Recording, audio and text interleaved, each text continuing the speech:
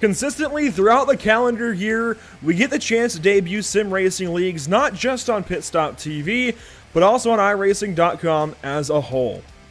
Today, the North American Racing League begins their first season tonight from the legendary HockenheimRing in Baden-Württemberg, Germany, and you'll see it all live here on PitStopTV.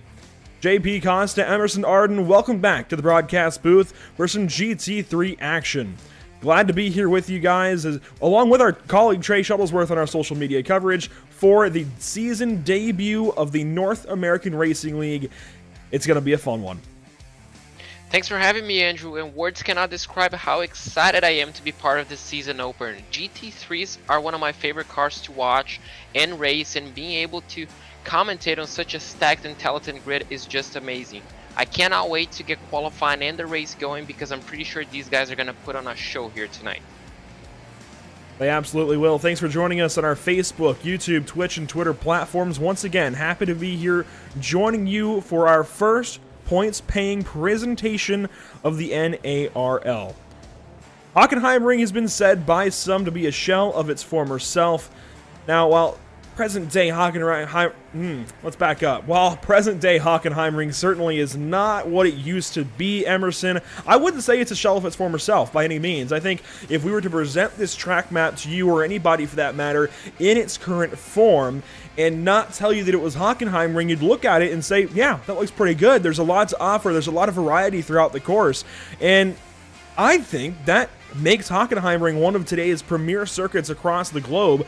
There's a lot to offer. Turn 1, Nord Curve, and up to Turn 2 is a very difficult, tricky, kind of technical section, very fast, into that almost hairpin-like 2, 3, 4, and into Parabolica for Turn 5. The hairpin, of course, slows everybody down, and then it's a technical back end of the course as well. It flows very nicely. It's very fast, very technical. Yeah, absolutely. When it came to the iRacing service, there was a lot of positivity around it. I think there was, it was actually supposed to come a couple seasons earlier on the iRacing platform, and we finally got it in 2021, and there's been a lot of buzz around it. I've been so ecstatic to drive it around here in so many different vehicles, and I'm so glad that we get to see GT3 racing on it once again here on PitStopTV. And then when you look at it, like you said, it flows very well. There's a lot of passing opportunities. Turn 1 very treacherous, but if you can survive Turn 1 right on the rear end of somebody, you can try to send it up the inside to Turn 2. If it doesn't work, regroup, try it again in the hairpin of 6. And then we've seen a lot of great side-by-side racing through 7, 8, and 9 in the Mercedes area. And then you get that nice little short shoot to Turn 11, the Mobile 1 corner there, and that's another prime passing opportunity before you kind of set yourself up for the back end of the lap here through Sachs. And then 13 and 14, the car is really off balance there. Right after 14, you get to a braking zone for Turn 15, so you're working the wheel, the pedals a lot through 12, 13, 14, and 15. That takes a lot of focus and a lot of mental focus to make it through that section in one piece. And then of course Turn 16 leads you back up to the front straightaway to do it once again at this very fun circuit. And what helps, but also hurts drivers, I think, in that back-end section from Mobile 1 through Sud Curve, which is South Curve, on that front stretch. Going through Sachs, there's a little bit of banking there in Turn 12. 13, 14, there's a little bit of cambered and then off camber, it feels like, and it kind of messes the car up. It changes the balance of the car through those couple of corners, and it doesn't look like it should be any more than a bit of a left-right flick, but it ends up being a challenging little part of the racetrack, especially if you end up in a final lap battle, be it for the race win or otherwise. We've mentioned this is a brand new series coming to PitStopTV. Now, we've had the Streamers Championship. That was a few weeks ago. We had Eric Brennan on the call for that one at Road Atlanta, but this is the first points-paying race of the season. This is the season schedule before us now, JP. We were talking about a pre-race just between ourselves. Hockenheimring, Road Atlanta, Interlagos, 3 amazing circuits to start things out. Nürburgring GP certainly cannot be slept on either. Mosport, Canadian Tire Motorsports Park in slot number 5 sounds fun. Suzuka Red Bull Ring for races 6 and 7 to set up the championship at Donington Park, of all places. This is going to be a wild one. Yeah, exactly. Only perfect tracks in my opinion. I love each and every single one of these tracks. These tracks are going to suit GT3s a lot.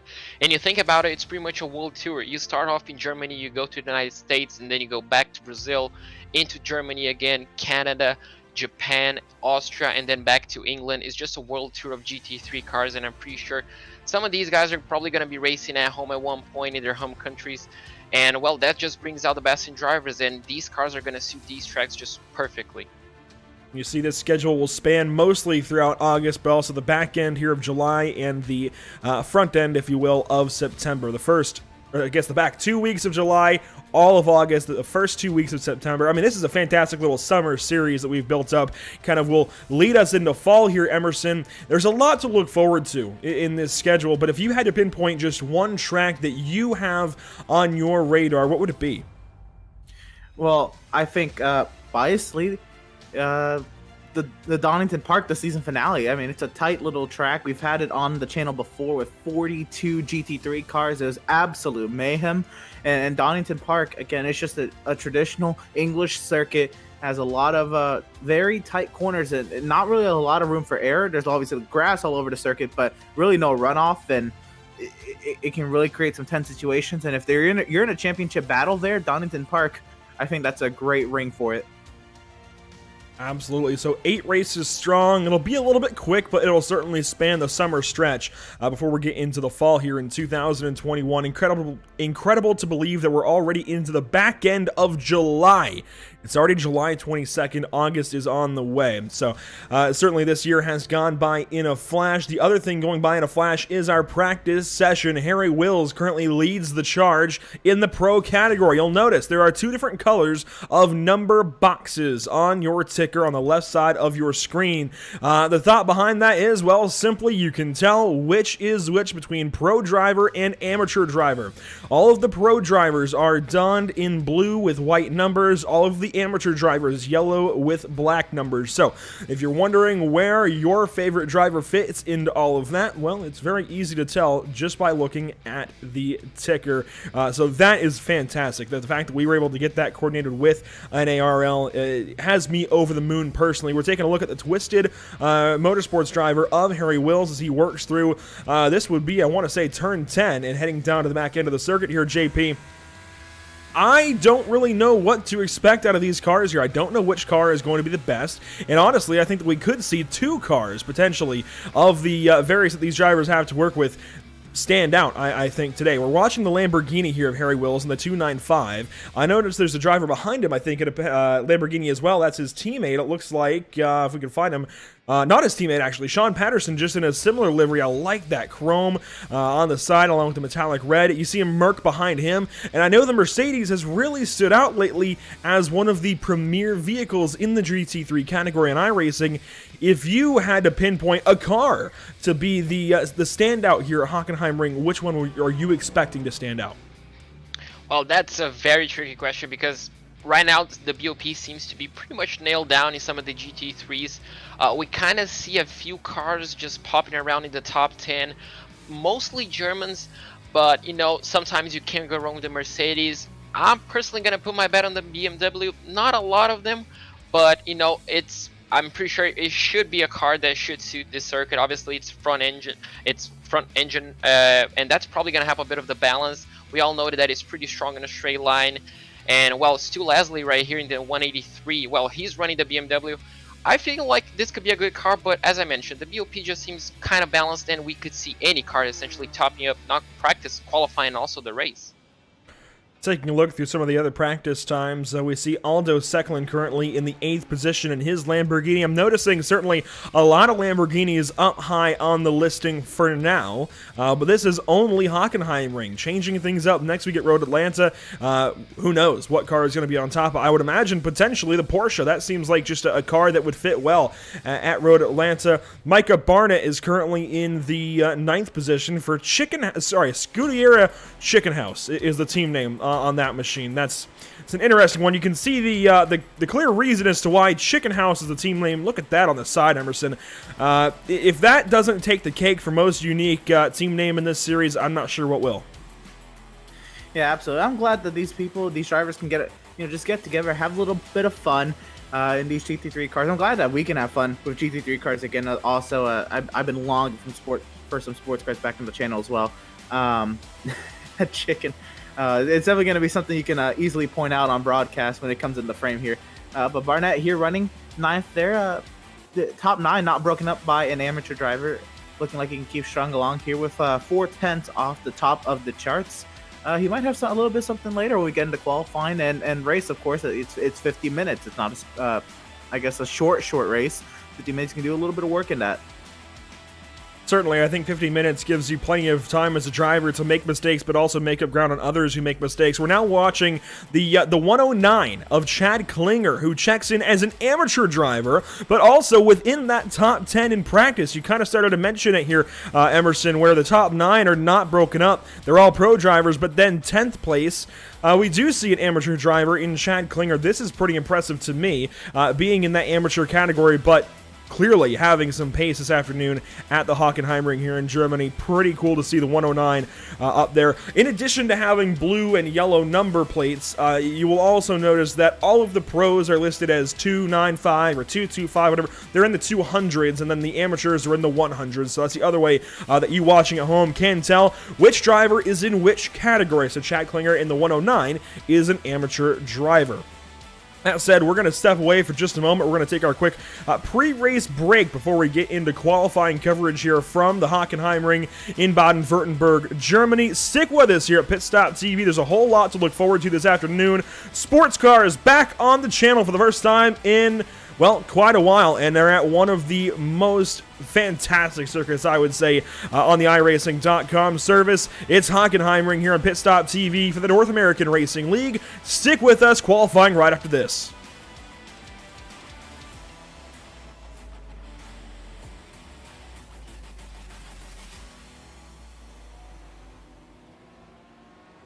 Have you found yourself trying to hide your joy because you're unhappy with your teeth? Your smile is the first feature noticed in an interview, on a date, or in family photos. We want you to be able to shine bright as your best self, and our teeth whitening system is the perfect step toward restoring your confidence.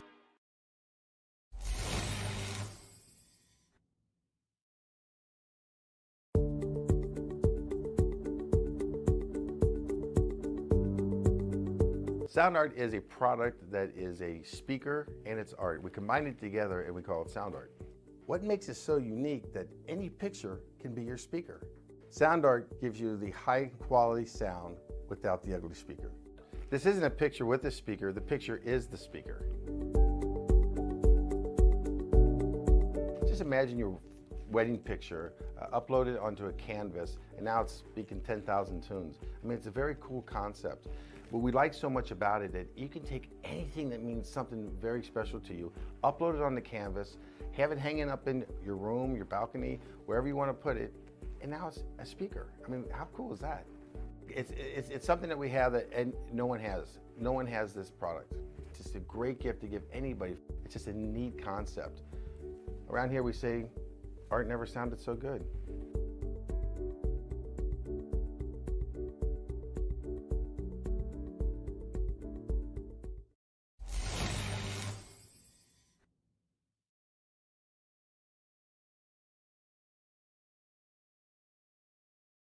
After months of quarantine, we're all interested in how we can become our best self. The team at Permanent Makeup and Cryo is here to help you get the flawless makeup look every day without the extra effort or time.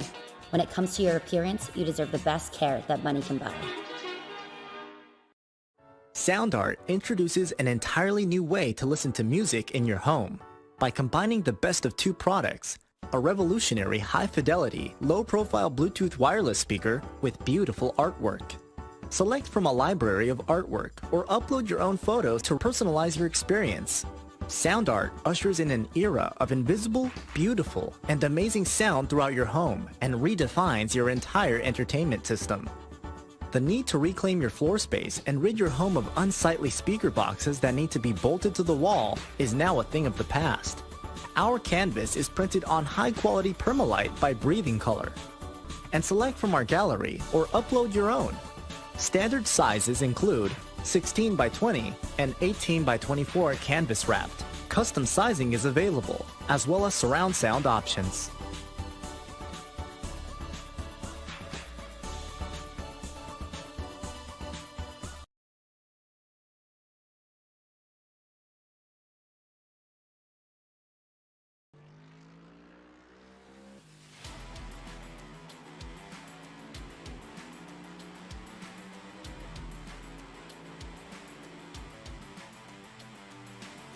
Welcome back to the virtual HockenheimRing.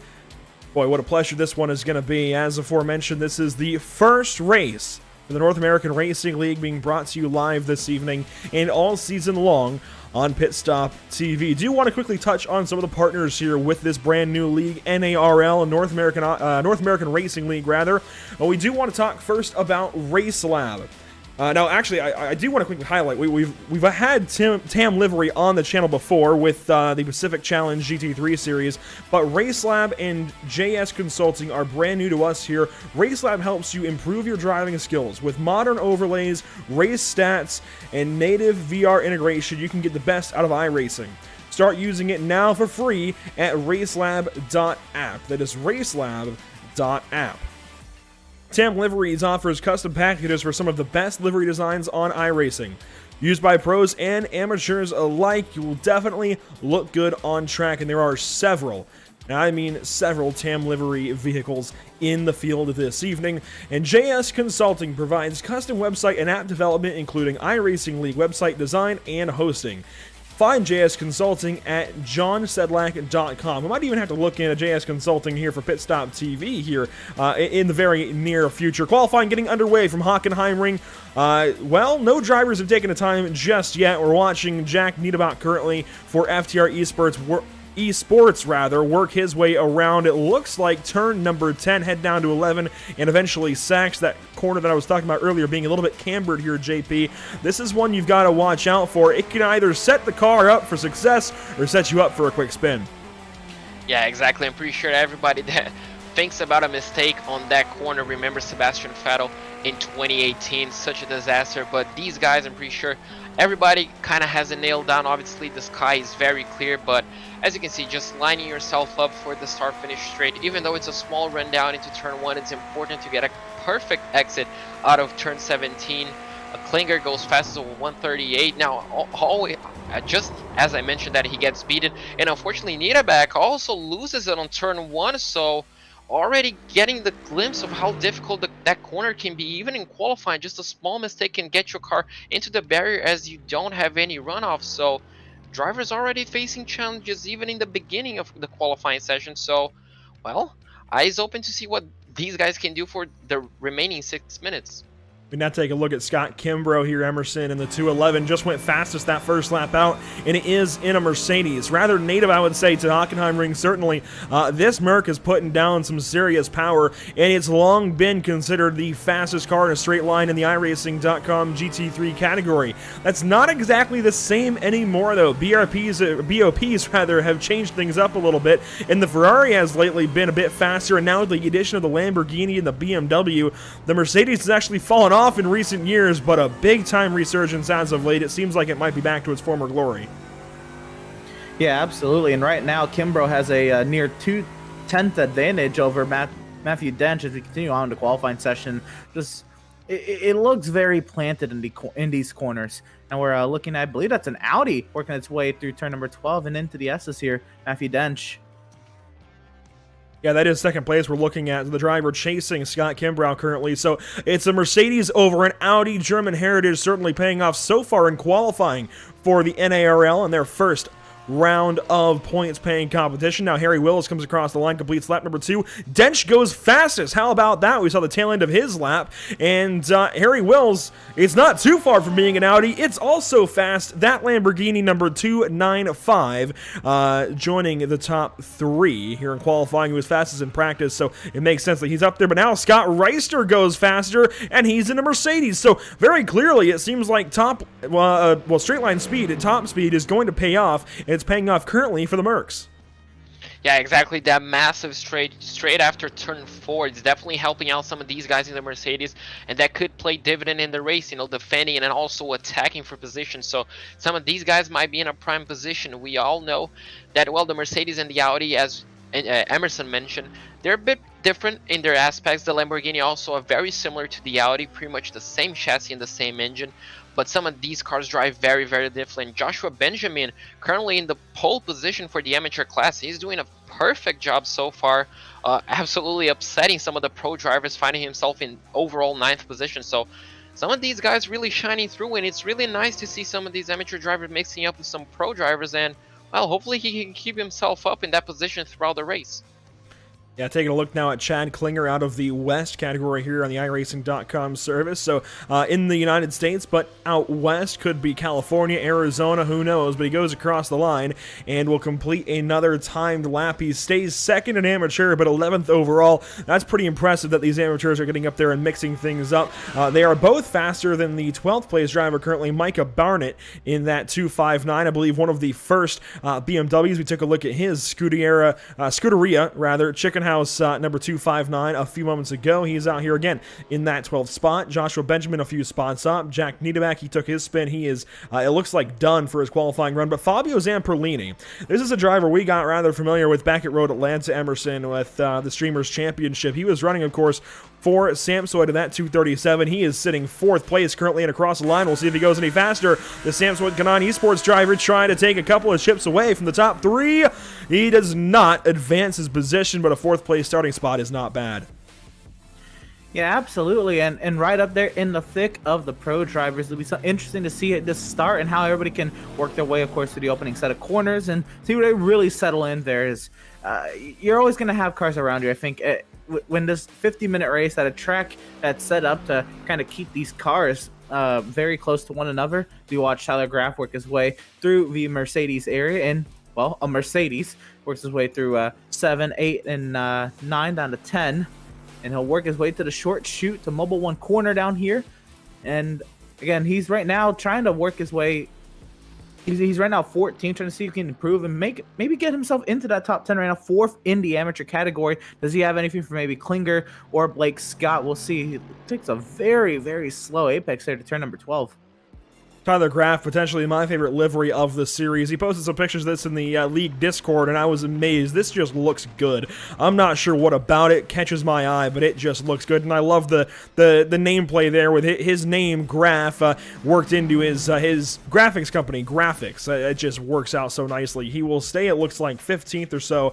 Doesn't look like he advances too much, if at all. I don't think he does advance there, so he will stay in the 15th starting spot currently. Pennsylvania driver Ian Lake now working down the pit lane with about a minute left in qualifying, and a lot of these guys have wrapped up their runs. It looks like there are 2 drivers currently moving anywhere on the circuit, those being Ian Lake in the pit lane, and here we go, W.F. Amaro Jr. out of Georgia is currently working his way around the HockenheimRing, working to put a lap time in. It's not looking like he will get one.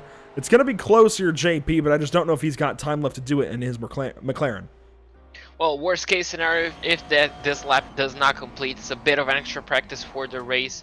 Obviously, well, he does miss a bit of the apex on the hairpin turn 6, but at least some practice can never go 2 ways. You know, that's the worst case scenario. Obviously, he's running the McLaren, so kind of a tricky car to, I guess, tame around some of these circuits. Obviously, it's going to be really interesting because this car on the right hands can be extremely quick, but also can be extremely unforgiving. So I'm really interesting to see what he can do with this car. And well, the race is about to start in a few minutes, so well, back to you, Andrew, because I'm excited for this one. Certainly looking forward to seeing what these guys can do this afternoon from HockenheimRing. Do want to mention you can follow along with coverage here on PitStopTV, not only with live video on Facebook, YouTube, Twitch, and Twitter, but also on social media. Facebook, Instagram, and Twitter features some fantastic social media updates throughout all of our broadcasts, at least all the ones that we can find somebody to do it for. And that's a great segue into mentioning if you're looking to get into sim racing broadcasting, specifically on the iRacing.com service, let us know here at PitStopTV, be it on one of the aforementioned social media channels or by emailing me directly at andrew@pitstoptv.com. The gridding process is now underway for all 30-some drivers this afternoon. From HockenheimRing, Matthew Dench taking pole position here in round 1 of the series. He will take pole alongside the 211 of Scott Kimbrough. You see everybody gridding up for a short pace lap. We'll work through these quickly. Starting third will be none other than Jackson Resende in the 225 with Scott Reister to his outside. Starting inside of row number 3, it's Fabio Zamperlini with Harry Wills to his right side. And starting 7th this evening, it's Giuseppe Rivas in the 271 with Daniel Tenorio in 8th. Rounding out your top 10, though, JP Costa, it's going to be Jack Niederbach and Joshua Benjamin, the top of the amateur qualifier, starting 10th. In 11th place, we do have Aldous Secklin in the 266 and Blake Scott on 12th place on the outside lane. In 13th place, we do have Chad Klinger on the 109 on his outside, Micah Barnett on the 259. In 15th place, we do have Tyler Graff on the 126 and right alongside on the 202, EJ Nixon. On 17th place, we do have Ian Lake on the 222 and on 18th place, John Sedlak on the 203. Running off row number 10, we do have Josue Manriquez on the 156 and Russell Burton on the 129. Row number 11, we'll find Shane Kaiko and William Coffey, and we'll find our way back to row number 12. It'll be Federico Tamayo and Armando Bejaran. But Andrew, they're coming through the final corners. We'll quickly work through some of the rest on the bottom of your screen as we come around to take the green flag for the first time this evening, for the first time this season, rather. Boy, I can't wait to get this one going. We're finally green flag in NARL. Down to turn number 1 we go. A massive yield headed to the North Curve.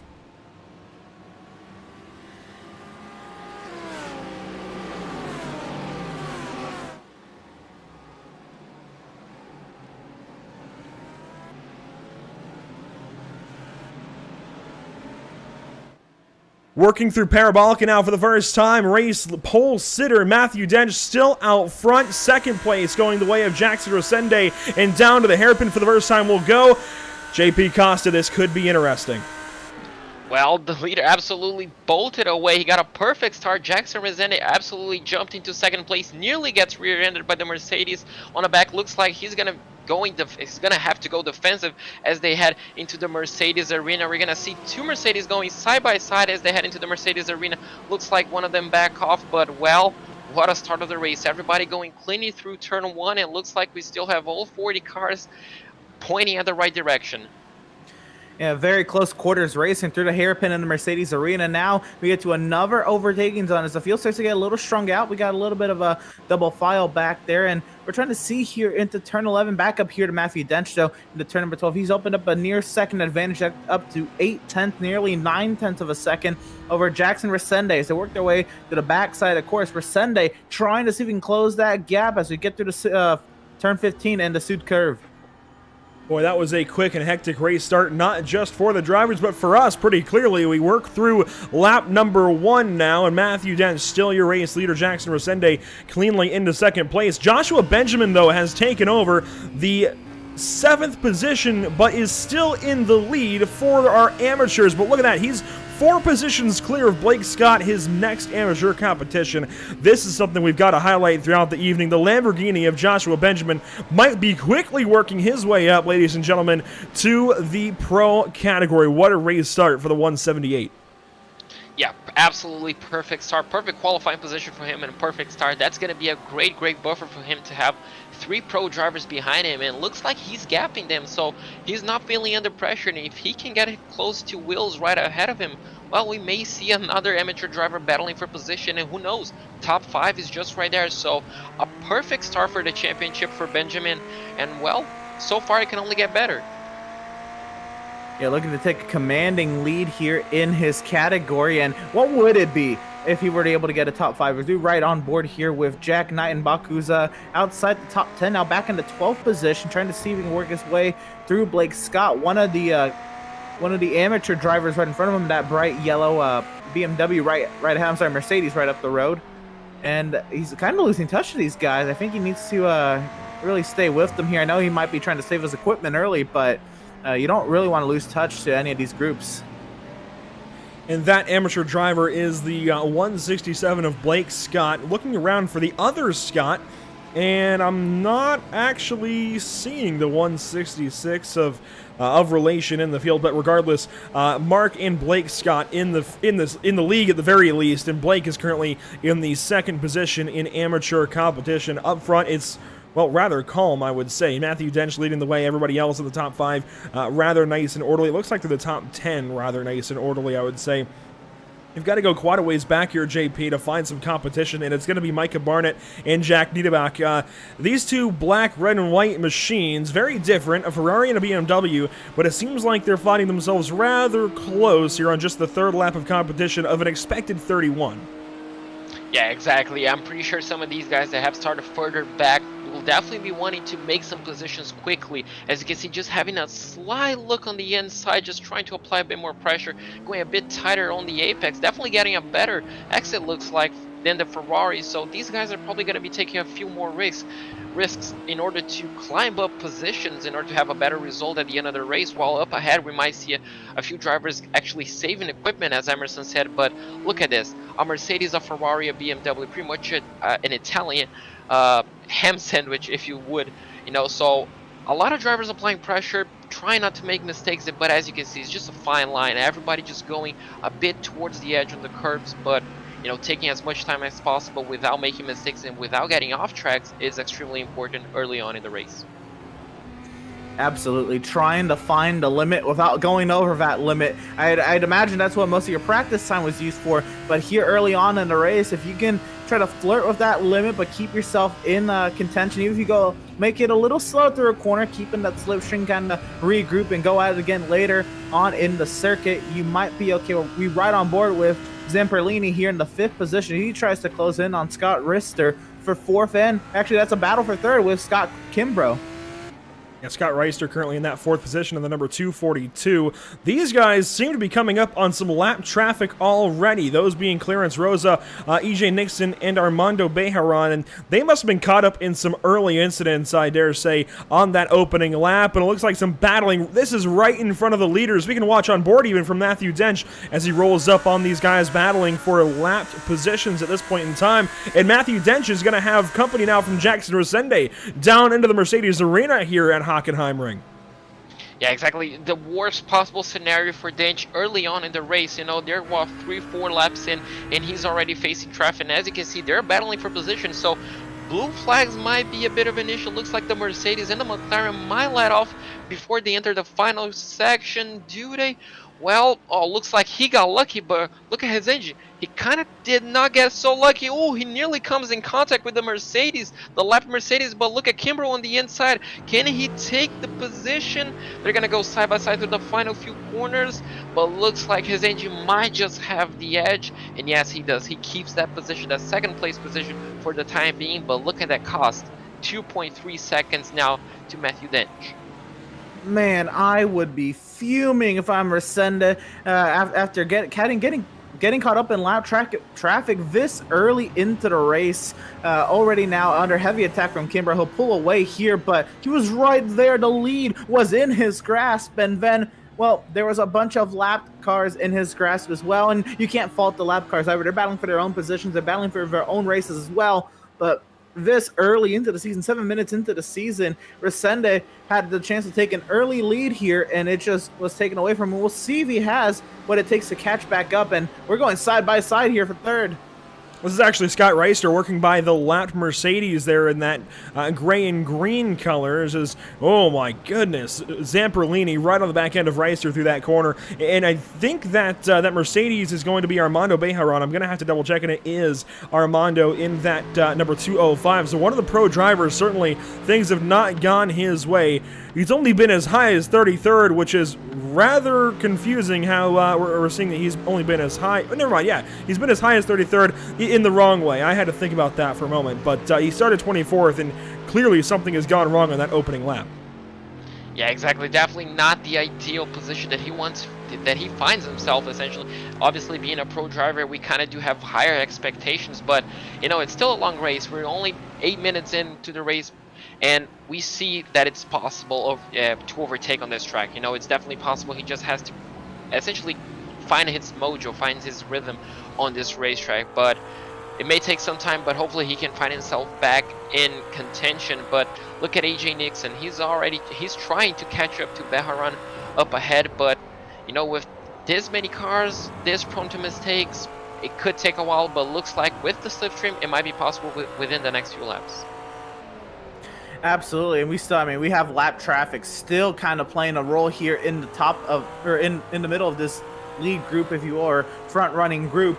Lap traffic just kind of cycling their way out of the top 4 or 5 here. We work our way further back here. This is William Coffey here, and that yellow Porsche working his way. I believe that's also a team car he's right behind as well. Frederick Teme over there in the 18th and 19th positions. Yeah, so Frederick Tamayo and William Coffey now working through Parabolica down to turn 6, the hairpin. And we're going to have to review our series notes. Of course, these guys are brand new to us. We got to double check and see if they are teammates. And yes, they are both racing for Wheel Deal. So keen eye there, Emerson Arden, picking up on those two being teammates. Very similar painted Porsches for sure. Obviously would have tipped you off to that one. But the yellow and black Porsches now working in the Mercedes arena. They are battling for 18th and 19th, or more so I think at this point, following each other for 18th and 19th on the racetrack. The closest battle ahead of them is going to be Jose Marado Manriquez, as he works on John Sedlak for the 14th spot. And these two are in different classes as well, so this might be reason for Jose to back off just a little bit and let Sedlak have his thing, as oh my goodness, we got one car around, and that is Micah Barnett in the Chicken House machine. Yeah, looks like we already have a collision kind of later on, 10 minutes into the race, and just as they enter the final arena. Now that's quite a difficult rejoin. Oh, he almost collects some other drivers, but looks like he comes back very cleanly. We're gonna have to wait and see what happened, but I'm pretty sure they're gonna exit side by side through Saxon Curve turn number 13, but we're gonna have to take a look at the replay here to see what happened to these two drivers. So here's Barnett. He's closely following a Mercedes up ahead, and they get really tight up here. Everybody kind of bottlenecking in the turn number 12, and oh goodness, he works his way to the inside there of the 101, and right on the exit of the corner, maybe tries to clear up, and I think that's potentially what happened. And that is the 101, a lapped car of Clarence Rosa, so I wonder... It's kind of interesting. Obviously, the blue flag at that point certainly being displayed to Clarence Rosa in the 101 Mercedes. Sorry, that is not the 101. That looked like the 101 for sure. That is the 167, so that was for position. That was Blake Scott. That gets him on the exit there of Sachs. We'll watch this one more time. We'll watch this actually from well high above the circuit, and we can kind of see how this all develops. There's a checkup there, and... Was that the 101? It's hard. Yeah, that was Clarence Rosa that was being let by, or I suppose was passing, and ends up turning Micah. That's a very interesting situation. We have to go back and watch this from a couple of different angles. I misidentified those cars a couple of different times now, I guess, because Clarence was further ahead of this situation. Clarence falls back a couple of spots, wide there in 10, lets the purple Lamborghini go on by. That's your amateur leader in Joshua Benjamin, rather. And then he lets one car go by here into the corner. And I'm trying to figure out exactly how this all goes. So there goes Blake Scott on the inside, and you can see side by side now Micah makes a late move, sure, but then on the exit of the corner, there was room that I think Clarence could have gone over, and they just met in the middle. Yeah, exactly. It looks like Clarence finds himself in a difficult position because obviously he's a lap down this early, so he has to let a lot of people go. But as you mentioned, there was a bit of space on the outside. Barnett probably thought that he had a bit more space, but unfortunately kind of just ran into each other. So unfortunate situation there he finds himself into. Ooh, as we nearly find another similar situation, the Lamborghini, the 178 Lamborghini, nearly rear-ending Joshua Benjamin, nearly rear-ending his fellow Italian comrade ahead of him. So, you know, racing is getting a little bit more exciting as we get past that first 10-minute barrier, and people start to, well, they're probably thinking about making positions before the pit cycle eventually comes. So drivers are going to be getting more aggressive, and, well, just as I mentioned, he pretty much rides that sausage curve. So, well, expect to see more overtakes soon. Yeah, my goodness, the ride that Benjamin took over that sausage curb, and he was right around the area there. I think he was actually one of the drivers who got around the lapped vehicle before there was the essential contact. Took out Micah Barnett for at least his top 10 run. But it's just so close quarters racing, and then the lapped cars, they're trying to stay out of their way. There's just so much going on, and definitely the use of relative and a potential spotter would definitely help out there, but there's just so much going on. I don't know if I can, you know, and I think the lap car definitely could have given space, but Barnett could have used patience, but he's trying to also stay in his race as well. But we're looking now back off the back end here of Benjamin, looking back at Blake Scott. Scott trying to stay with his amateur race leader as they work their way down the back straightaway through Parabolica and into the hairpin here. Yeah, this is the amateur race lead we're fighting for as Scott drafts right up to the back end of Joshua Benjamin, takes a look up the inside. Will he take the move? He will go for it in turn number 6. No, he backs out wisely there. It didn't quite look like the look of things. Backs out, gives that one back up to Benjamin Johnson. So clearly some fantastic racing sportsmanship there on display between these two drivers. But you do have to wonder, JP, when does Blake Scott then make that move? Time is going to run out eventually. You can't wait for too long. Yeah, exactly. I was kind of expecting the move to be done. Essentially, he had the car on the inside, and 9 times out of 10, we do see that move being finished, but not this time. So we do see that Lamborghini being a little bit braver on the brakes, at least on the hairpin, but the Mercedes just seems to be, just catching on. As you can see, just going deeper on the braking on the second curve. The car kind of gets unsettled, but he seems to be brave, just probably not brave enough where he needs to be. But at this time, well, he can learn a bit from the race leader. He can kind of understand his lines, learn the driver, and, well, just plan out his move. He still has 35 minutes to go. But as you mentioned, eventually time will run out. And if you want that race win for your class, you have to make the move soon. I agree, but I think he's more trying to learn, maybe play it safe and just see where he has the advantage over Joshua Benjamin. They still have to make their pit stop in this race. They're running 50% fuel load, so there definitely should be a pit stop. I'd imagine that Blake Scott would maybe attempt a short pit on Joshua Benjamin to try to get around him, but if he can't execute a short pit on Joshua Benjamin and he can just stay with Benjamin, then he'll learn for later in the race to maybe make a little bit more of an aggressive dive there, maybe down into the hairpin. He wanted to, probably look very enticing, but I commend him for taking it easy and trying to learn maybe a little bit more about his competitor.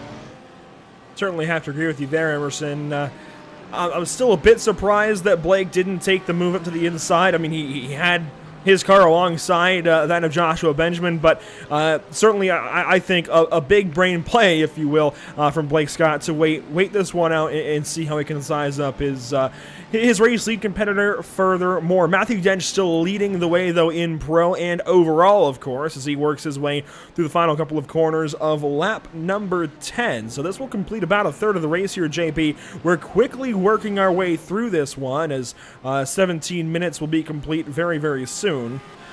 I do wonder exactly when the first move will be made to come in and pit. 50% fuel will give you about a half an hour of racing, so you can expect these guys anywhere from about minute 20 to, I guess, minute 30, I dare say. Yeah, exactly. That time will come. Obviously, for some drivers, it will take longer, essentially just 1 or 2 extra laps. Some of these guys are running in trains, just like we're seeing right now. So obviously running behind someone allows you to lift and coast, taking a bit easier, saving a bit of fuel. And some of these guys may already be thinking about long-term strategy, just kind of thinking ahead instead of just trying to make a move and just being left out to dust. So some of these guys might be going off 1 or 2 laps longer. I'm pretty sure Dench and Resende, since they're both running kind of in clear air, they might just come at the same time. But some of these guys further back, especially Zamperlini, he's kind of in a prime position, not probably to take the lead, but definitely to jump out Kimbrough if the time comes to probably undercut him or overcut him on the pit lane. I definitely agree. If you're right there in that, I guess, lead battle, the lead is in your sights, maybe 3-4 seconds up the road from you, you definitely have the opportunity to play a little bit of strategy and see if it works out. So you have a vehicle on pit road. That is Tyler Graff in the 126, and right behind him that is Josue Manriquez, who had an accident off of turn number 10 a couple laps ago, who is now at the very back end of the running order. A lot of damage to the front end of that Ferrari. Yeah, we can get kind of a look at his machine there. Josue has got a lot of damage, but takes a fast repair right there. So the AM driver of the 156 will get back out there and will continue competing. So the Studio KO machine needs a little bit of help, but sitting in, it looks like about the 30th spot, has some opportunity here. And if he can stretch fuel a little bit, if he can take this fuel to the end, this won't be as detrimental as you might think. We're very close to that cutoff here, guys. It's where he could make it to the end on this tank of fuel that I'd imagine he just took with that pit service. So his Ferrari is not out of things just yet, just a little bit wounded and certainly sorted down through the running order. 31 minutes to go.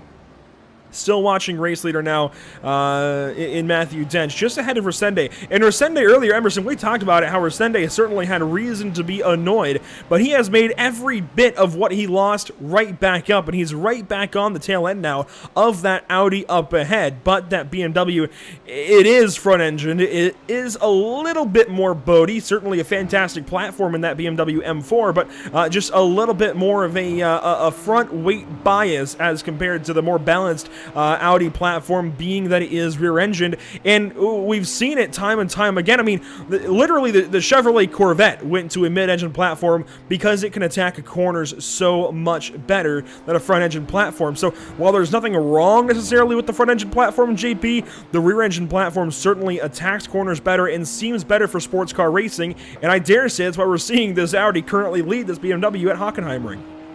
Yeah, exactly. It probably suits a bit better. The Audi, obviously, the car is going to suit a bit better on those tight technical scenarios. Probably the BMW has a bit of extra, let's say, oomph on the straights. As we can see, Resende obviously caught up, as you mentioned. He got held up on the first few laps. The gap dropped all the way down to 2.6 at one point, but he's slowly catching up. So that BMW, even though it's might be struggling a bit on those technical section, is definitely catching up on this first, I dare say first and second sector. This massive straight is where the Audi kind of struggles and the BMW kind of shines. So if he can get that gap to as close as it was before that lapped car incident, Resende might be in a good shout to probably put this BMW on the inside lane, probably just dive down the inside, because he's gonna have the extra legs. Now Dench has to do everything that he can to stretch this gap as much as he can on the technical section, so he keeps that position safe for the time being at least. Absolutely. And looking at this now, Dench has actually opened up a little bit of the margin. It was 0.8 of a second. It's back up to 1.2. And this could be Dench maybe potentially pushing a little bit, noticing that margin has since shrunk. I think maybe he was taking it easy when he had a 2.5 second advantage. And absolutely would expect that a little wide there for Dench. Maybe he is pushing a little bit. And then we'll see here into turn 12, a little bit of banking here. If Resende can close that gap, it's down to a second as we work our way to the backside of the final couple corners of the course here. And again, when do we see pit stops? Do we see maybe Resende, who is quickly making gains? Does he try a short pit? I say short pit. I know they're not going to take tires, but maybe just get out of Matthew Dench's dirty air. That could be very beneficial, but it also becomes, where do you come out in after your pit stop? Do you come out in the thick of the midfield?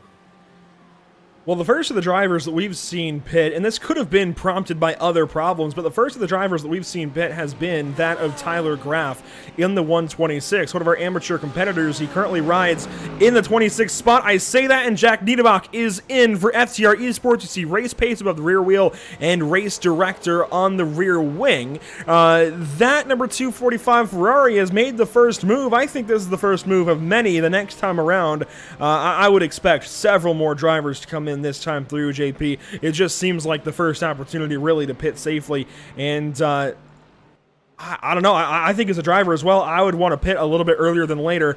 I think Niederbach has got that figured out. We'll see what the rest of these guys do, as already our race leader Matthew Dench through the Mercedes arena will come back around to turn number 10 now, and we'll be back around to the pit lane very, very shortly. Now, something I've noticed up front has been the difference of team versus no team between Resende and Dench, and Resende is competing in this series at the very least for Samsoid Kanan Esports, and of course we had Tony Kanan and Samsoid in the field back in the Streamers Championship as they go by a lap Ferrari there. In the Streamers Championship back at Road Atlanta in a preseason just kind of exhibition race. It's interesting to me that Samsoid has got still a really solid presence in this series, and I think that surely elevates the level of this series right out of the gates. Having Samsoid Kanan Esports out here is huge, but they're currently chasing an independent Audi in Matthew Dench. No teammates for that guy. He's out there in his number 283 all by his lonesome, which is really amazing to me, the fact that he's leading the field the way he is. Yeah, exactly. That just shows, you know, sometimes obviously a team helps a lot. You know, having a team behind you, helping you with setup, you know, race pace, you know, practice, all that sort of stuff, it helps a lot. But sometimes an independent guy just comes in, you know, we're not sure what he's doing. We're not sure who he has behind him to help. We're not sure if he's doing this all by himself, the setup, the work on the car, the practice sessions. So it's kind of everything just becomes a mystery, and it's just so amazing to see. He's leading right now. Resende has kind of caught up to him once again, but the way that he has been dealing with this race, soaking up all the pressure, all this sort of stuff, is just amazing. And this guy as well, Zamperlini, Resende's teammate, is also doing a fantastic job chasing that 211 of Kimbrough right ahead. So probably thinking about the strategy kind of differently from Resende, and these guys obviously might be communicating on the same, let's say, team channel, and probably sharing that information. And that's all the stuff that Dench does not have at this point in time, at least not that we're aware of. So it just becomes such an interesting game to see what is going on behind the scenes, when you look over just the cars and the track itself.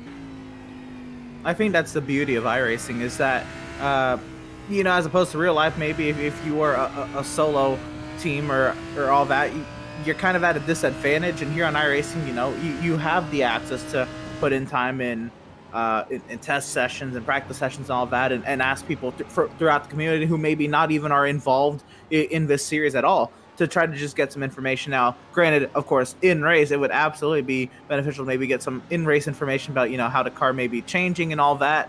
But at the same time, I think this could be an audition for Matthew Dench. Maybe he gets picked up by a team if he truly is an independent, and a team is looking to maybe fill a slot or add another car to their arsenal. Matthew Dench is coming out and showing up the rest of the competition for sure. Certainly a possibility. You see there's two groupings of drivers at this point in the top 5, top 6 or so. Scott Reister's at the back end of them as he follows Harry Wills. He gets all kinds of on that sausage curb out of turn number 6, on board now with Scott Reister. We haven't taken a look at the weather just yet, guys. It's a rather cool race here at HockenheimRing. The issue, though, usually with cool races, now, if you're on an oval, you want cold temperatures usually because it tends to give you a little bit more grip. It tends to extend tire life as long as it's not too cold. But on road, there's a lot more pavement to heat up. It takes a lot more to warm up the track. You see track temp only at 72 degrees, JP. It's rather chilly, I dare say, even though in real life we're in the dead of summer in the Northern Hemisphere. Obviously, not so much for you down in Brazil, but certainly, I would have expected a much warmer race for these guys. This cooler temperature is rather interesting to see as we have a white McLaren working down to the pit lane that almost looked like a race leader, but it does not dent in the pit lane. My point is, though, this could take a toll on tires, and it may come down to the driver who preserves their tires the best to win this race. Yeah, exactly. Obviously, it's, I guess, a two-way knife. I'm not pretty sure what the saying is, but, a cooler track, it might hurt the tires a little bit. Obviously, it will take a longer to essentially heat them up, get them up to temperature, all this sort of stuff. But it also prevents the tire getting up to temperature. But, in a track like this, where you only have, I guess, one major technical section, which is the last sector, and you have that massive straight to kind of cool off the tires, it's kind of difficult to see how this balance is going to play out to some of these cars, as we do say Rivas, the 271 on the pit lane. But, we also know that cars react differently to tires, so we may see some different manufacturers just taking advantage of the cooler temps while other might be struggling. So it's just gonna be a question of when we get to the end, the final 5-10 minutes, who has the better tires in better shape and who can attack more, and those who have to, I guess, kind of deal with the hand that they have been dealt with. Yeah, absolutely. The tires would have to work more, I think, on a cooler track, and a hotter track would make it easier for your tires to get up to temp. A lot of these vehicles damaged right there. Stu Leslie coming in and taking a quick repair there as he stops in the box for his service, and the rear end of that out of the rear, all sorts of messed up for Derek Dennis in the 150. It looked like it's been a war in the midfield. And that certainly makes sense, I'd say, for HockenheimRing. The way things get started here does tend to be a little bit hectic. Certainly we saw that for the start of our broadcast, even, we'll just say. The green flag was interesting. 22 minutes to go. We finally see our race leader in. These drivers are going much deeper in this race than I would have expected. I do suppose halfway is only 25 minutes, but still, we're getting rather close to that 30-minute mark that we would have expected these guys to hit as a cap. And now, finally, the Australian race leader is in the pit lane. Here comes Scott Kimbrough. He's already in. actually right behind our pole sitter as well. Scott Reister is in for service, Harry Wills, as well as Daniel Tenorio. We've got Aldo Secklin. We've got, it looks like Blake Scott in the pit lane as well. Several drivers in for service. There's Blake Scott out of California. Ian Lake is in the 222. We've got John Sedlak from JS Consulting in the 203. The list goes on and on, guys. We've got William Coffey in the 157 coming in. Russell Burton now in the 129. Philip Ranieri in the 108 out of Canada. So many of these drivers coming in right now. This is the mark for all of them. Yeah, exactly. So effectively, first and third are on the pits. Second and fourth, the two Brazilian boys are still out on the racetrack. The two Samsung drivers, the two Samsung Canon drivers. Exactly. Those two are still out on the track, so they're probably communicating, as we mentioned before. So, I mean, team communication might be key within these two. Zamperlini seems to be catching up quite a bit to Resende, catching up 3/10 on this lap alone. I was noticing the gap. As you can see, Resende now, the provisional race leader, comes down into the pit lane. So time will tell. His teammate also comes in. So we're going to have to wait and see who jumps who. If Zamperlini saved a bit of fuel, is just enough to kind of jump back into third place, and if Resende can jump himself into the lead. And I think Resende was maybe needing a little bit of clean air to make up a little bit of time to, well, overall leader Matthew Dench. And you'll see here, these pro drivers, I've noticed all the pro drivers came in last time and the pro drivers now, they're all kind of angled towards pit out a little bit more. And I think more the amateurs, and I know myself, would probably not even think to angle the car out, especially as you're closer to pit exit. I think that is a very nice detail I've seen. I picked up from these pro drivers just watching these guys pit. That may have been an unsafe pit entry there for Bruno Alcaraz that was all over the grass on entry here at HockenheimRing, and that could come back to bite the 244. We don't know just yet. Obviously, if it's a much longer pit stop, that would stand to reason. And look at this, Scott Reister is back in. That must be a penalty for him, or he missed some sort of service. Back in the pit lane, is it just a stop and go? He's taking proper service, it looks like that, where he's got to serve a time penalty in the box. Scott Reister, oh boy, this is big for the driver out of Texas. And I'll just go ahead and tell everybody, he has been our contact. He runs the show here for the North American the North American Racing League, and the 242 is in for a penalty, it seems. That is race killing for Scott Reister. Definitely not what he wanted. It just shows, the fine line is just what a small mistake sometimes can cost you. And unfortunately, just that quest to win 1/2 of a second can cost you 20-30 seconds overall. So that is pretty much heartbreaking. And this looks like by the timing sheets, looks like Matthew Dench lost out the lead. Zamperlini also jumped into third place. So the two Canon Sports driver, both of them jumped their position. So I'm not pretty sure if it was team communication. I'm gonna go by it, but looks like the overcut has worked for both drivers, and now the positions are switched. Looks like the BMW will have to defend against the Audi. Yeah, I went on and on about how Resende would have to try an undercut. It looks like the overcut worked perfectly, and for what it's worth, this is gonna be the first time today that Matthew Dench is in dirty air. And we're going to see how that Audi can handle it, how it's set up. I don't know if he anticipated to be on the pole and lead as much of the race as he did, but now we'll see if that Audi can handle the way it has been handling for Matthew Dench in this dirty air of Jackson Resende. And if Resende, vice versa, can get used to the clean air, I'm sure clean air will feel much better than the dirty air of a single sports car ahead of you, but still, Resende will have to get a little used, especially with different fuel load from what he was just running. This will be very interesting, the final 17.5 minutes. This is certainly problematic if you're Matthew Dench to lead the entire race right to the pit stop and do so by a rather commanding margin, I would say. It seemed like Resende had the speed to get there, but it didn't take any cracks at the race lead. Now Resende through the pit stop takes the race lead. It doesn't look like he's looking back. I think if you're Resende, this is where you've got to just throw caution to the wind and go ahead and go up there and do everything you can. We're coming up to 15 minutes to go at their current pace, a little over, looks like a minute and a half per lap. I don't know if I could do the quick math. Somebody out in the chat can do the math, but Resende off in the gravel right there. And this is a fantastic note, actually. That could have been an incident penalty, potentially, for Scott Reister. These drivers did come into this race with a little bit of concern about a 15 incident limit for HockenheimRing. You can see how easy it is in runoff, and certainly the runoff curbing, I would say, and getting into the artificial green turf there, and then the gravel. There is definitely concern about going off track too many times and getting a penalty, if not getting disqualified from this race. You see Dench definitely win over some of the runoff there, and I would imagine that would be a 1x off track. But I've seen these guys use a lot of runoff so far today. JP, I'd imagine they've got to be getting close.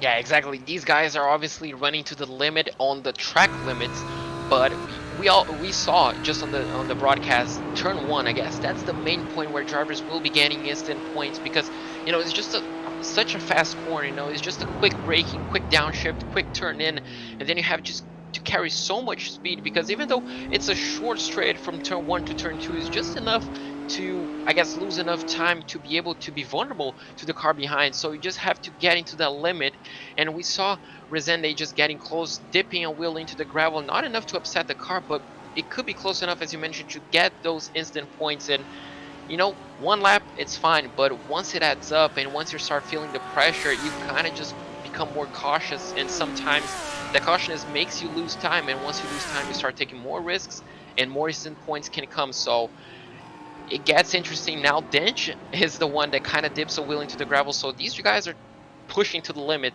on these final 15 minutes. Absolutely. You saw Resende last lap get ultra wide there through turn 11, and you saw it was a very, very, very tame corner exit through turn 11 that time around for Resende. I think he understands maybe the risk of the incident points and potentially just risk losing the car, getting a little too much gravel there. But in turn, that has allowed Dench to close up to, it was 0.6 of a second through the backside of that final sector, but up to 0.7 of a second now, and there's lap traffic that can play into the factor here, and to send up the inside, that could have been very close with the number 150 Audi, as Resende and Dench both worked their way past that lap vehicle. But we've already seen Resende have his fair share of fun with lap traffic today.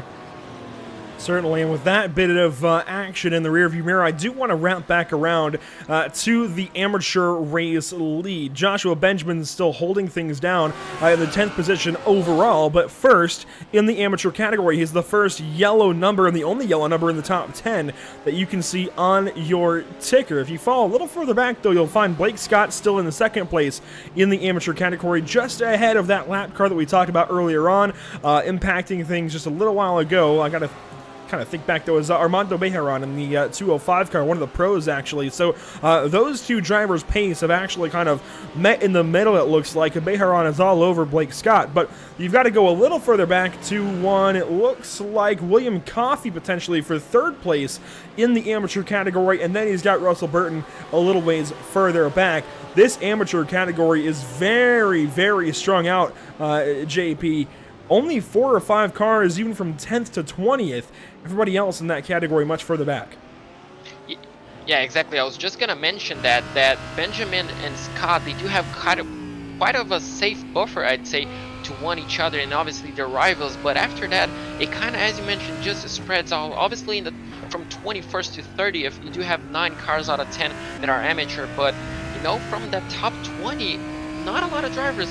Obviously, we do have Coffey, Burton, Braun, and Leslie right now in the 20th place, but it's really, really spread out, unlike the pro category. So kind of interesting to see some of the tactics. Obviously, Benjamin has been the class of the amateur field so far, top 10, and kind of applying pressure to 9th place of Sadiak. So some amateur drivers really excel, really shining through their category, I'd say.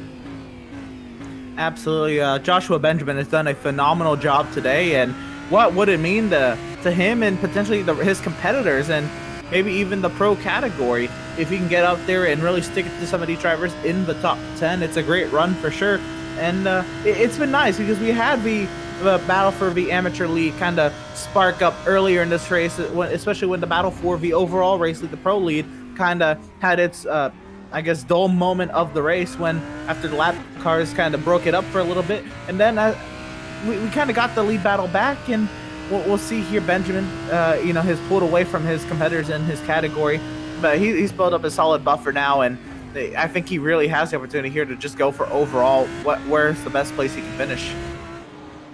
So as we approach 11 and a half minutes to go, 11 will come after that, and then 10 minutes to go in this race. The opening round of the North American Racing League. Do want to invite you all, if you're watching on YouTube and Facebook, to take part in a poll that we've just launched on our live stream in the chat. You can vote for who will win this battle between Resende and Dench. Let us know, if you're watching along on YouTube or Facebook, who you think will win this pro battle between Jackson Resende and Matthew Dench. We want to know, because certainly this is shaping up to be a classic this afternoon, this evening, this morning, wherever you're watching from at HockenheimRing. This is setting up to be a fantastic little dandy. It's Resende and Dench leading the way. Zamperlini, the other Samsoid driver, in the top three. Then you've got Kimbrough in the fourth position, Wills in fifth, Tenorio in eighth, then Ravas, Secklin, Sedlak, and Benjamin, the amateur driver, rounding out your top 10.